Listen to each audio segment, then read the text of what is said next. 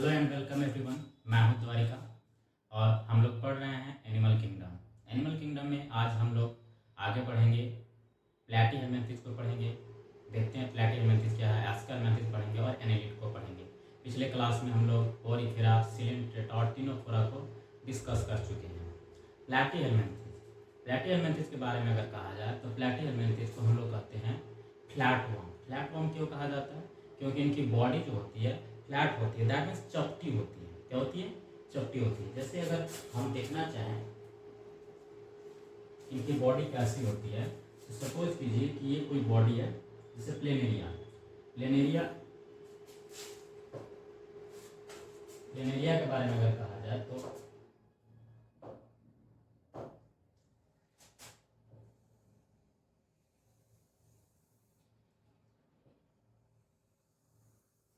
इस तरह से हमें प्लेनेरिया देखने को मिलता है, जहाँ पे इसे इस तरह से सर्कस भी लगे हुए होते हैं।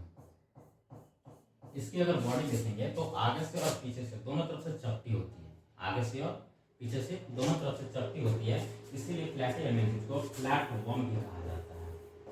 क्या कहा जाता है? फ्लैटवर्म। क्यों सर? क्योंकि ये डॉर्सोवेंट्रली फ्लैटेंड होते हैं। डॉर्सोवेंट्रली फ्लैटेंड होते हैं। ओके। जनरल प्रॉपर्टी के बारे में अगर कहा जाए तो प्लैटीहेल्मिंथेस की जो ग्रुप है वो जनरली पैरासिटिक होती है। पैरासिटिक में भी इंडो पैरासिटिक, लेकिन कुछ फ्री लिविंग होते हैं, जैसे प्लेनेरिया। ये जो प्लेनेरिया है ये फ्री लिविंग होती है, लेकिन जनरली हमें देखने को मिलता है कि ये पैरासिटिक होते हैं। पैरासिटिक में भी कहा जाए तो इंडो पैरासाइटिक, अर्थात कि हम ह्यूमंस बॉडी में या कह सकते किसी न किसी बॉडी में ये हमें देखने को मिलते हैं। पैरासिटिक होने के साथ साथ इनकी और यदि जनरल प्रॉपर्टी की बात करें तो जैसे लेवल ऑफ ऑर्गेनाइजेशन में हमें यहाँ पे देखने को मिलता है प्लैटीहेल्मिंथेस ऑर्गन लेवल ऑफ ऑर्गेनाइजेशन देखने को मिलती है। बॉडी सिमेट्री में बाइलेटरल देखने को मिलती है। बाइलेटरल दैट इज कह सकते हैं कि इसको एक ऐसा प्लेन मौजूद है जिसके जरिए बॉडी को दो इक्वल हाफ में डिवाइड किया जा सकता है। बॉडी सिमेट्री बाइलेटरल है। जर्म लेयर ऑर्गेनाइजेशन की बात करें, ये फर्स्ट ट्रिप्लोब्लास्टिक फाइलम है। बट एक चीज ध्यान रखेंगे, फर्स्ट ट्रिप्लोब्लास्टिक तो है, लेकिन अभी भी इनमें सिलोम नहीं बना है, दैट इज अभी भी है ये एसिलोमेट। कैसे एनिमल्स हैं? एसिलोमेट एनिमल्स हैं। दैट मीन्स इनमें किसी भी तरह की बॉडी कैविटी मेसोडर्म के द्वारा तैयार नहीं किया जा सकता है। ओके, बॉडी कैविटी तैयार नहीं किया जा सकता है मेसोडर्म के द्वारा। ओके, इनके और फीचर के बारे में अगर बात करें प्लैटीहेल्मिंथेस के बारे में, प्लैटीहेल्मिंथेस होते क्या है? जैसे जो कुछ भी अभी तक हम लोग बात किए, एनसीईआरटी की लाइन यदि हम लोग देखना चाहें, एनसीईआरटी की लाइन देखते हैं। क्या है एनसीईआरटी की लाइन? देखिए,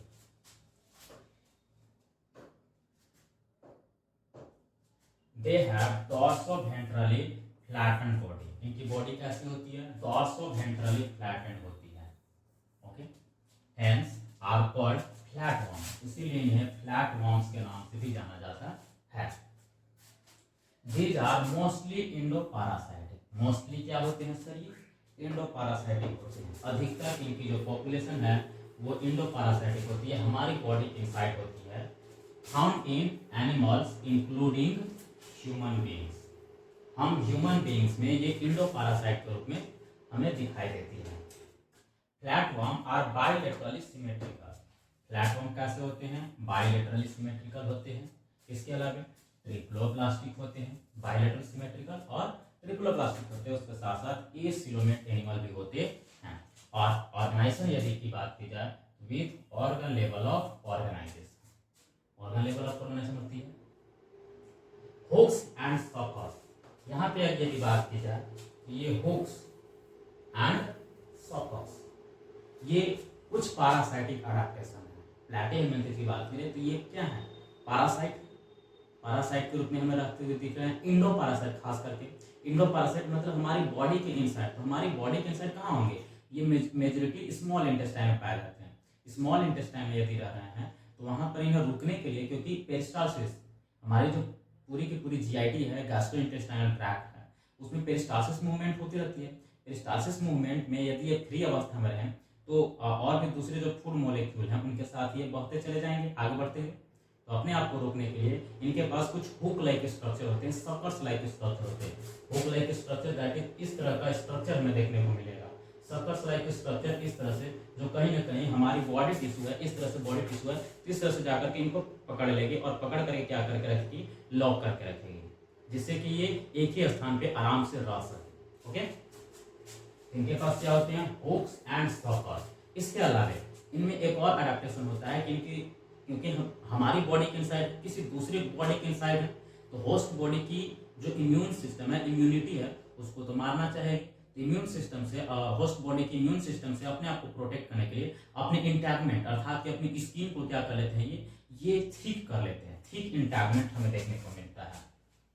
इसके अलावा क्या देखने को मिलता है? थिक इंटैगमेंट।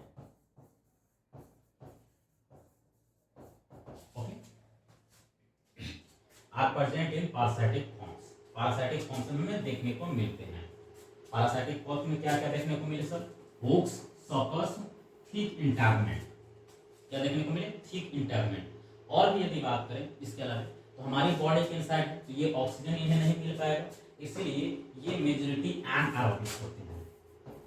एनएरोबिक, एनएरोबिक कहने का मतलब बिना ऑक्सीजन के भी ये आराम से अपना जीवन यापन करते रहते हैं।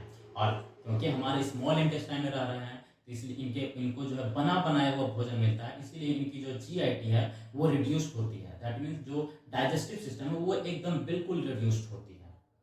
ओके, आगे बढ़ते हैं।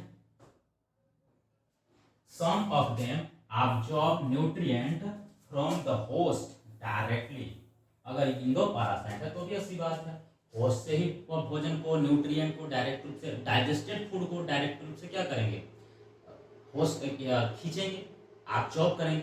यदि एब्जॉर्ब कर रहे हैं तो उसको डाइजेस्ट करने की आवश्यकता नहीं है, थ्रू देयर बॉडी सरफेस। और भोजन को कैसे एब्जॉर्ब करते हैं? Body surface. जो जनरल बॉडी सरफेस है, ये सपोज कीजिए पूरी की पूरी जनरल बॉडी सरफेस है, तो इस जनरल बॉडी सरफेस के जरिए कहीं से भी ये क्या कर सकती है? फूड को एब्जॉर्ब कर सकती है। Specialised cells called flame cells help in osmoregulation and excretion. इसमें एक्सक्रीशन, रेस्पिरेशन क्या है? एनारोबिक रेस्पिरेशन हो गई। जो डाइजेशन के लिए जो डाइजेस्टिव सिस्टम है वो रिड्यूस्ड होती है, क्योंकि वो डाइजेस्टेड फूड को क्या कर रहे हैं? एब्जॉर्ब कर रहे हैं। तो रेस्पिरेटरी सिस्टम एनारोबिक है, तो वहां पे तो रेस्पिरेशन की बात नहीं आती है। नेक्स्ट अगर बात करें एक्सक्रीशन की, तो एक्सक्रीशन के लिए इसके पास एक सेल होती है फ्लेम सेल्स। फ्लेम जो जैसे कैंडल देखते हैं, कैंडल इस तरह से है, इस तरह से कैंडल है, तो इसके ऊपर जो आग होता है, जो फायर जो बर्न कर रहा होता है, देखिएगा इस तरह का हमें स्ट्रक्चर दिखाई देता है। यदि इस तरह का कैंडल है, यहाँ पे जो आग है इस तरह से हमें बर्न करता हुआ दिखाई देता है। ओके, तो इसी तरह से फ्लेम टाइप का इनका अपीयरेंस होता है, इसीलिए इसको फ्लेम सेल भी कहा जाता है, या सोलानोसाइट भी इसी कहा जाता है, इस आकार में।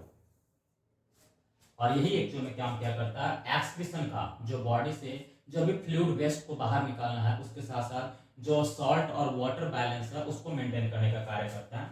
इसीलिए हम कह सकते हैं ये ऑस्मो रेगुलेशन का भी कार्य करता है और एक्सक्रीशन का भी कार्य करता है। ओके, नाउ यदि हम रिप्रोडक्शन की बात करें, सेक्सेस आर नॉट सेपरेट। यदि हम कह रहे हैं सेक्सेस सेपरेट नहीं है, मतलब एक ही जीव है, उसी जीव में मेल गोनाड्स भी होगा और फीमेल गोनाड्स भी है, दैट इज वो बाइसेक्सुअल है। कैसे हैं? बाइसेक्सुअल है। और बाइसेक्सुअल एनिमल को एक और नाम से जाना जाता है हर्मैफ्रोडाइट। ये हर्मैफ्रोडाइट टाइप ऑफ एनिमल है। फर्टिलाइजेशन इनमें इंटरनल हमें देखने को मिलता है। फर्टिलाइजेशन कैसा देखने को मिलता है?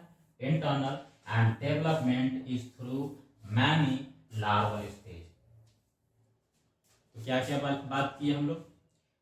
इनमें सेक्स सेपरेट नहीं होते हैं, दैट इज ये मोनोइसियस होते हैं, हर्मैफ्रोडाइट होते हैं। फर्टिलाइजेशन इंटरनल होता है लेकिन डेवलपमेंट इनडायरेक्ट होता है। इनडायरेक्ट करने का मतलब लार्वल स्टेज के जरिए इनका डेवलपमेंट हमें देखने को मिलता है। कुछ मेंबर हैं जैसे कि planaria, some members like planaria possesses high regeneration capacity.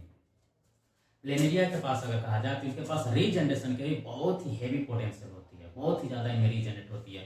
Body का कोई टुकड़ा अगर इधर उधर हो जाता है, कट जाता है, तो वो अपने ओरिजिनल जो लॉस किए हुए बॉडी पार्ट्स है उसको फिर से ग्रोथ कर सकता है, फिर से जनरेट कर सकता है। प्लेनेरिया के पास ये प्रॉपर्टी हमें देखने को मिलती है। ओके, दैट इज यदि हम बात करें अभी जो बात की हम लोग, तो इसमें क्या क्या अभी तक हम लोग पढ़े, नॉर्मल फिजियोलॉजी की बात। नॉर्मल फिजियोलॉजी में क्या देखने को मिले, reduced GIT gastrointestinal tract, general body surface के जरिए, जनरल बॉडी सरफेस की हेल्प से ये क्या कर रहा है, न्यूट्रिएंट को एब्जॉर्ब कर रहा है, न्यूट्रिएंट एब्जॉर्ब कर रहा है। ओके, इसके अलावा रेस्पिरेशन के लिए ये और एनारोबिक्स है, मोस्टली क्या है, एनारोब्स है। एनारोब्स है तो रेस्पिरेटरी सिस्टम की आवश्यकता नहीं है। नेक्स्ट यदि बात की जाए तो इनके पास होती है फ्लेम सेल, जिसे हम सोलैनोसाइट के नाम से भी जानते हैं, सोलैनोसाइट्स। और ये क्या करती है, एक्सक्रीशन और उसके साथ साथ osmo regulation, osmo regulation. Okay, अगर इनकी बॉडी की बात करें तो सेक्सेस सेपरेट नहीं होती है, sexes are not separate, sex separate नहीं है, दैट इज ये है मोनोइसियस, या कहें तो बाइसेक्सुअल, या कहें तो हर्मैफ्रोडाइट, हर्मैफ्रोडाइट। फर्टिलाइजेशन कैसा होता है सर, इंटरनल। फर्टिलाइजेशन कैसा होता है, इंटरनल। लेकिन डेवलपमेंट कैसा होता है, indirect development. Indirect development that is यदि कहा जाए थ्रू लार्वल स्टेज। ओके, तो डेवलपमेंट इनडायरेक्ट डेवलपमेंट हो रही है, लार्वल स्टेज के जरिए डेवलपमेंट हो रही है। यदि हमें एग्जाम्पल की बात करें, इनमें कुछ एग्जाम्पल जैसे प्लेनेरिया का एक एग्जाम्पल है जिसके पास हाई रीजनरेटिव पोटेंशियल होती है। यदि हम फिगर के जरिए हम देखना चाहें कुछ एग्जाम्पल्स इनके, ये देखिए, ये है हमारे एग्जाम्पल्स, ये है प्लेनेरिया, प्लेनेरिया सॉरी ये लिवर फ्लूक है, ये क्या है, लिवर फ्लूक, ये लिवर फ्लूक है। और ये क्या है, ये है टैपवर्म।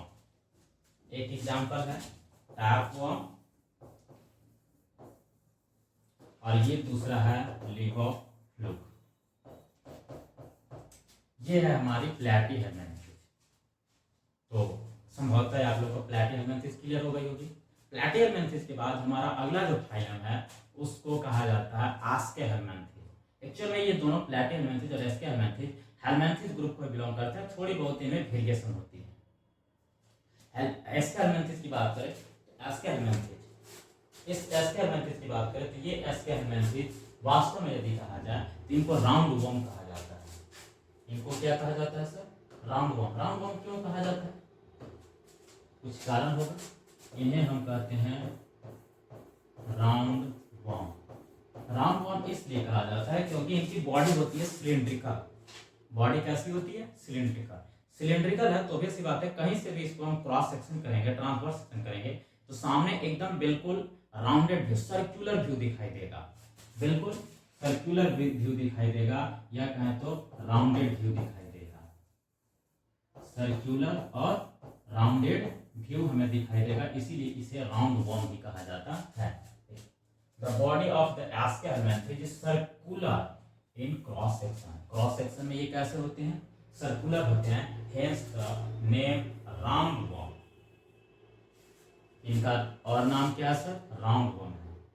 ओके, जनरल प्रॉपर्टी के बारे में इनकी बात करें, इनके सर जनरल प्रॉपर्टी क्या होती है, तो जनरल प्रॉपर्टी में हमें देखने को क्या मिलेगा, देखो ऑब्वियस सी बात है, हेलमिंथिस ग्रुप के हैं तो इनमें भी कुछ न कुछ हमें क्या देखने को मिलेंगे, पैरासाइट्स देखने को मिलेंगे।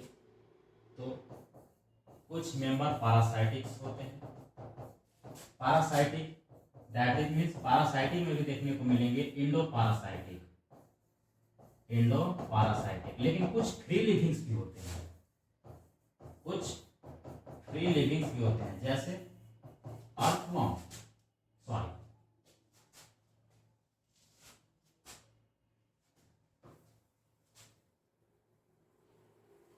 अर्थवर्म एनालिट्स को बिलोंग करता है, सॉरी। इनमें मेजॉरिटी अगर मेंबर कहा जाए तो वो मेजॉरिटी मेंबर क्या है, इंडो पैरासाइटिक है। पैरासाइटिक में एक स्पेशल अडेप्टेशन, पिछले जो प्लैटीहेल्मिंथिस की बात करें, प्लैटीहेल्मिंथिस में जो इंडो पैरासाइटिक अडेप्टेशन था, वो इंडो पैरासाइटिक अडेप्टेशन में क्या था कि उनकी हुक्स थे और सकर्स थे। यहाँ पे एक स्पेशल, अगर हुक्स और सकर्स थिक इंटैगमेंट होने के अलावा यहाँ पे अगर स्पेशल अडेप्टेशन कहा जाए तो यहाँ पे हमें स्पेशल अडेप्टेशन, एक एक्स्ट्रा अडेप्टेशन देखने को मिलता है। इनकी जो माउथ है, ये सपोज कीजिए जीआईटी है, इस तरह से गैस्ट्रोइंटेस्टाइनल ट्रैक्ट है, तो ये होगा एक माउथ, ये हो जाएगी एनस, क्योंकि इनमें कंप्लीट डाइजेस्टिव सिस्टम होती है। तो इनमें माउथ के बाद इस तरह से हमें एक फैरिंक्स देखने को मिलता है, मस्कुलर फैरिंक्स, मस्कुलर फैरिंक्स, जो फूड को इंगल्फ करने में, फूड को एब्जॉर्ब करने में बहुत ही ज्यादा हेल्पफुल होता है। ये है muscular pharynx, muscular pharynx. Muscular pharynx होता है, इनमें एक्स्ट्रा अडेप्टेशन होती है कंप्लीट डाइजेस्टिव सिस्टम के अलावा, और ये पैरासाइटिक अडेप्टेशन है जो कहीं ना कहीं फूड को एब्जॉर्ब करने में बहुत ही ज्यादा हेल्पफुल होता है।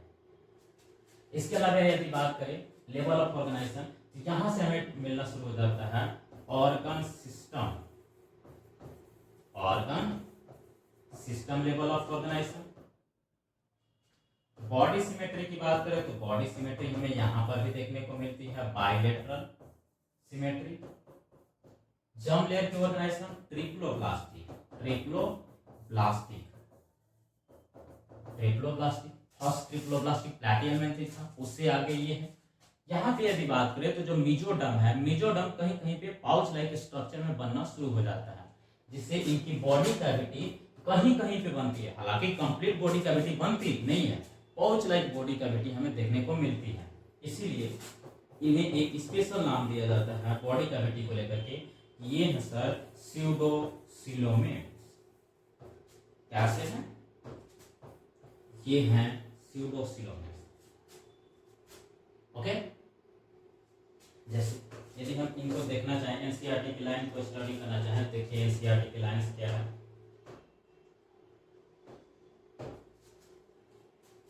They may be free living, aquatic and terrestrial or parasitic in plants and animals. Parasitic in plants and animals.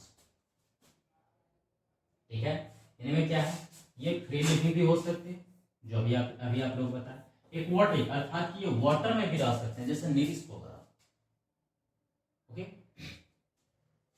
ये फ्री लिविंग एक्वाटिक हो सकते हैं। इसके अलावा ये पैरासाइट्स के रूप में भी हो सकते हैं, एस्कारिस, जो कि एक पैरासाइट होता है। ये पैरासाइट क्या होते हैं, हम ह्यूमंस में रह सकते हैं, प्लांट्स में रह सकते हैं। ऑर्गन्स है, सॉरी राउंड वॉर्म्स है, organ system level of body organisation. Body organisation कौन सी होती है, ऑर्गन सिस्टम। ऑब्वियस सी बात है। They are bilaterally symmetrical, symmetrical कैसे होते हैं, बाइलेटरली। ट्रिप्लोब्लास्टिक होते हैं, कैसे होते हैं, ट्रिप्लोब्लास्टिक। एक इंपॉर्टेंट बात, ये होते हैं स्यूडोसिलोमेट्स। कैसे होते हैं sir, pseudocoelomates. Alimentary canal is complete type, complete digestive system होती है, बिल्कुल सही।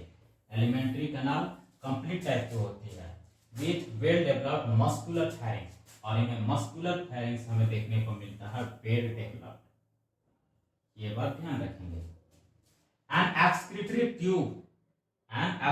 Tube removes body waste from the body cavity through the excretory pore. Actual में इनकी जो एक्सक्रीटरी ट्यूब्स है, एक्सक्रीटरी सिस्टम है, उसे कहा जाता है एज सेल। एज सेल ये होती क्या है, पूरी की पूरी सपोज कीजिए ये बॉडी है, तो इस बॉडी में एज शेप में मूव करती है इस तरह से।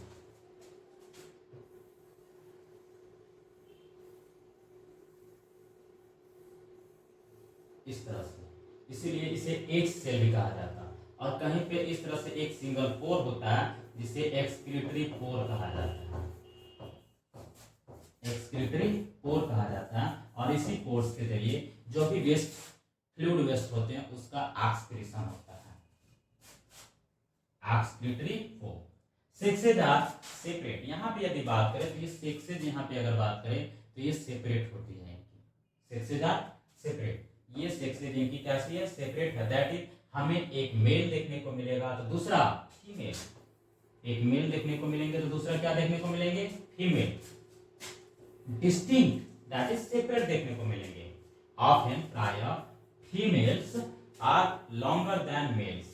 आपको एक चीज और देख करके हम इन्हें पहचान सकते हैं कि एक मेल है तो दूसरा फीमेल है, एक मेल है तो दूसरा फीमेल है। कैसे, जो फीमेल्स होती है लगभग आपको देखने को मिलेगी जो लेंथ में, वो लेंथ ज्यादा होता है in comparison to males. Males का लेंथ कम होता है, फीमेल का लेंथ ज्यादा होता है। Fertilisation in internal and development में भी डायरेक्ट रिजेंबल्स द एडल्ट और इनडायरेक्ट। दैट इज यदि बात करें सेक्सेस सेपरेट है, अर्थात कि ये क्या है, डायोसियस है। एक मेल है तो दूसरा फीमेल है। मेल और फीमेल को देख करके हम लोग आइडेंटिफाई कर सकते हैं। कैसे आइडेंटिफाई कर सकते हैं, दिखाते हैं। यहां देखिए, ये एक मेल है, ये है मेल और दूसरा है फीमेल।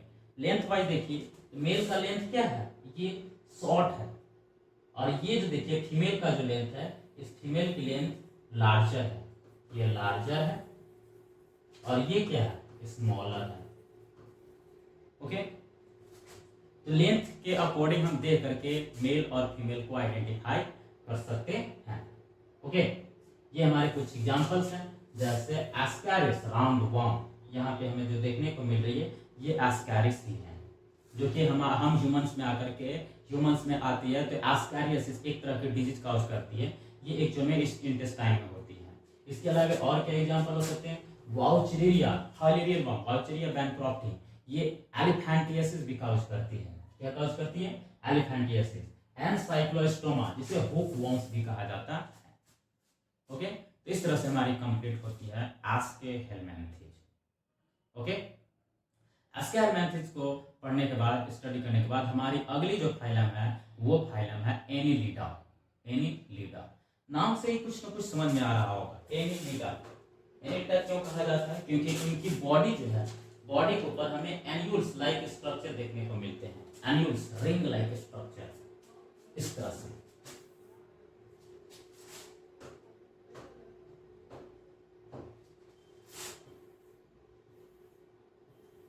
इन्हें हम रिंग लाइक स्ट्रक्चर को कहा जाता है एन्यूल्स, और इसी एन्यूल्स से इस फाइलम का नाम है एनीलिडा। क्या है, एनीलिडा। अगर इनकी जनरल प्रॉपर्टी की बात करें तो इनकी general property habitat, they may be aquatic, marine and fresh water. Aquatic में, मैरीन एंड फ्रेश वाटर। ये एक्वाटिक तो है, एक्वाटिक में भी मैरीन भी हो सकते हैं और फ्रेश वाटर। मैरीन मतलब समुद्री पानी में, और फ्रेश वाटर में भी हो सकते हैं, या टेरेस्ट्रियल भी हो सकते हैं, अर्थात कि लैंड पर भी रह सकते हैं, पानी में भी रह सकते हैं, लैंड पे भी रह सकते हैं। फ्री लिविंग हो सकते हैं, क्या हो सकते हैं, free living, and sometime parasitic. Sometime क्या हो सकते हैं, पैरासाइटिक, जैसे कि नीरिस, लीच, ये सब पैरासाइटिक भी हो सकते हैं। They exhibit organ system level of organisation, organ system level of organisation and bilateral symmetry. तो इनकी हैबिट एंड हैबिटेट क्या हो गए, एक्वाटिक भी हो सकते हैं, टेरेस्ट्रियल भी हो सकते हैं, organ system level of organisation रखते हैं। इनकी बॉडी सिमेट्री होती है बाइलेटरल। बॉडी सिमेट्री कैसी होती है? बाइलेटरल। इसके अलावा जर्म लेयर की जो ऑर्गेनाइजेशन है वो होती है ट्रिप्लोब्लास्टिक। क्या होती है? ट्रिप्लोब्लास्टिक। और ये होते हैं सीरोमेट, अर्थात कि यहाँ पर जो मेसोडर्म है पूरी तरह से स्प्लिट हो चुका है, फट चुका है, फट करके बीच में कैविटी बना चुका है। ओके, यहाँ पे एक नई जो बातें हैं वो नई बात क्या है? ये होती है मेटामेरिकली सेगमेंटेड। मेटामेरिकली सेगमेंटेड आप लोग को जब स्टडी कर रहे थे जनरल, हम लोग जो जनरल बेसिस ऑफ क्लासिफिकेशन, तो उस टाइम बात किए थे मेटामेरिकली सेगमेंटेड। दैट इज ये कोई बॉडी है तो इसमें जो रिंग लाइक स्ट्रक्चर जो दिखाई दे रही है, रिंग पैटर्न दिखाई दे रही है, इस रिंग पैटर्न जो है ये ऊपर के साथ साथ नीचे से भी है। That is external body organ और internal body organ ring pattern में एक दूसरे को रिपीट करती है, दोहराती है, बार बार सेम स्ट्रक्चर को रिपीट करती रहती है। इसी को कहा जाता है मेटामेरिकली सेगमेंटेड। एनिलिडा में होती है मेटामेरिकली सेगमेंटेड वाली property. Okay, their body surface is distinctly marked out into segments और मेटामियर। यहाँ पे बताया जा रहा है क्या है? उनकी बॉडी जो है ऊपर से ही देखने से ही हमें पता चल जाती है, ऊपर से ही मार्किंग बना हुआ है। ऊपर से ही क्या बना हुआ है? मार्किंग बना हुआ है, एक के बाद एक, एक के बाद एक, जो मार्क हमें देख करके ही क्लियर पता चल जाता है। And hence the phylum name Annelida. जो एन्यूल्स है, एन्यूल्स लैटिन में इस एन्यूल्स का मतलब होता है रिंग। क्या होता है? रिंग। इसीलिए इस एन्यूल्स से ही एक्चुअल में इस फाइलम का नाम पड़ा एनिलिडा। इनमें देखिए they possesses longitudinal and circular muscles. इनमें जैसे ये कोई एग्जांपल है, सपोज कीजिए ये एनिलिड्स है, ऑर्थवम है, तो इन्हें मूव करने के लिए लॉन्गिट्यूडनल और सर्कुलर, इस तरह से लॉन्गिट्यूडनल और इस तरह से कर सकते हैं सर्कुलर, इस तरह के मसल्स होते हैं। लॉन्गिट्यूडनल भी होते हैं और सर्कुलर मसल्स भी होते हैं। ओके, इनके पास क्या होता है सर? लॉन्गिट्यूडनल मसल्स होते हैं और सर्कुलर मसल्स होते हैं, जिसकी हेल्प से ये आराम से which help in locomotion. Aquatic animals like nereis possesses lateral, side में ये पूरी की पूरी नीरिस है, जिसको साइड में आपको मसल्स का ही एक्सटेंशन दिखाई देगा। Muscular appendage is called parapodia. क्या दिखाई देगा? पैरापोडिया। जो एक्वाटिक है जैसे कि नीरिस, उसमें पैरापोडिया दिखाई देता है, जो मस्कुलर एक्सटेंशन होते हैं। अदरवाइज जो टेस्टिशियल है उनके पास क्या हो गया? सर्कुलर मसल्स और लॉन्गिट्यूडनल मसल्स होते हैं, जो उन्हें लोकोमोशन में हेल्प करते हैं, विच हेल्प इन स्विमिंग। पैरापोडिया जो कि नीरिस को पानी में स्विम करने में हेल्प करता है। A close circulatory system is present. इनमें सर्कुलेटरी सिस्टम क्लोज टाइप का होता है और इनमें ब्लड जो कि कह सकते हैं विद इन ट्यूब फ्लो करता रहता है, विद इन ट्यूब फ्लो करता रहता है। Nephridia singular nephridium. नेफ्रिडिया इनमें एक्सक्रीटरी सिस्टम के रूप में होती है, इसके रूप में होती है एक्सक्रीटरी सिस्टम के रूप में, help in osmoregulation and excretion. Excretion और ऑस्मो रेगुलेशन के लिए यहाँ पे क्या है? नेफ्रिडिया है। Neural system consist of paired ganglia, paired ganglions connected by lateral nerves to double ventral nerve cord. That means जो इनकी न्यूरल सिस्टम कहा जाए तो कुछ गैंग्लिया होती है, जैसे इस तरह से बॉल लाइक स्ट्रक्चर है, जो कहीं ना कहीं आगे एंटेरियर बॉडी के एंटेरियर पोर्शन में होती है और ये जुड़ी हुई होती है लैटरल नर्व से। बॉडी के साइड लंबे रूप से चली होती है और दोनों लैटरल नर्व के जरिए जो कह सकते हैं गैंग्लिया हैं वो एक दूसरे से जुड़े हुए होते हैं। इस तरह से ये है दो अर्थात के पेयर्ड गैंग्लिया और ये है लैटरल नर्व जो एक दूसरे से जुड़े हुए होते हैं। क्लियर?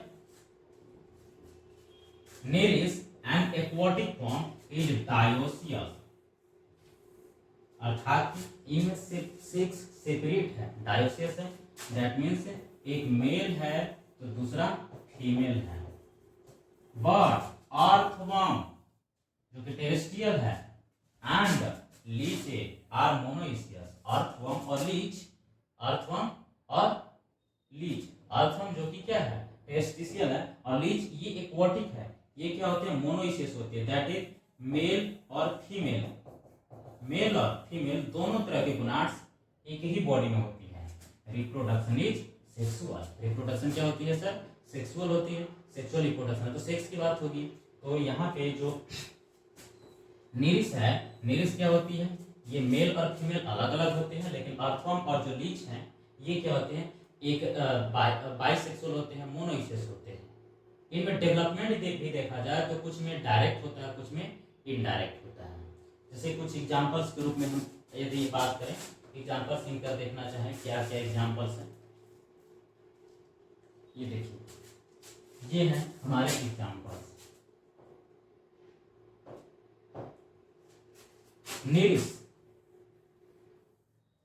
हेरेटिमा जिसे अर्थवर्म के नाम से भी जाना जाता है, हेरोडिनेरिया ब्लड सकिंग लीच, ये देखिए ये है निरिस जो पानी में रहता है, एक्वाटिक है, और ये देखिए मस्कुलर एक्सटेंशन है जिसे क्या कह रहे हैं, पैरापोडिया, पैरापोडिया। ये है हेरोडिनेरिया, ये क्या है, हेरोडिनेरिया। ये देखिए हमें एन्यूल्स रिंग लाइक स्ट्रक्चर सरफेस पर से ही दिखाई दे रहा है, और इसे हम नाम देते हैं एन्यूल्स, जिसकी वजह से इस फाइलम का नाम ही पड़ा है एनीलिटा। ओके, ये है हमारी फाइलम एस्केहेलमिंथी। तो संभवतः आप लोग को आज की क्लास में प्लैटीहेलमिंथी, एस्केहेलमिंथी और एनीलिटा बिल्कुल क्लियर हो गई होगी। आज के लिए धन्यवाद। हम लोग फिर मिलेंगे अगले क्लास में अगले कुछ फाइलम को स्टडी करने के लिए।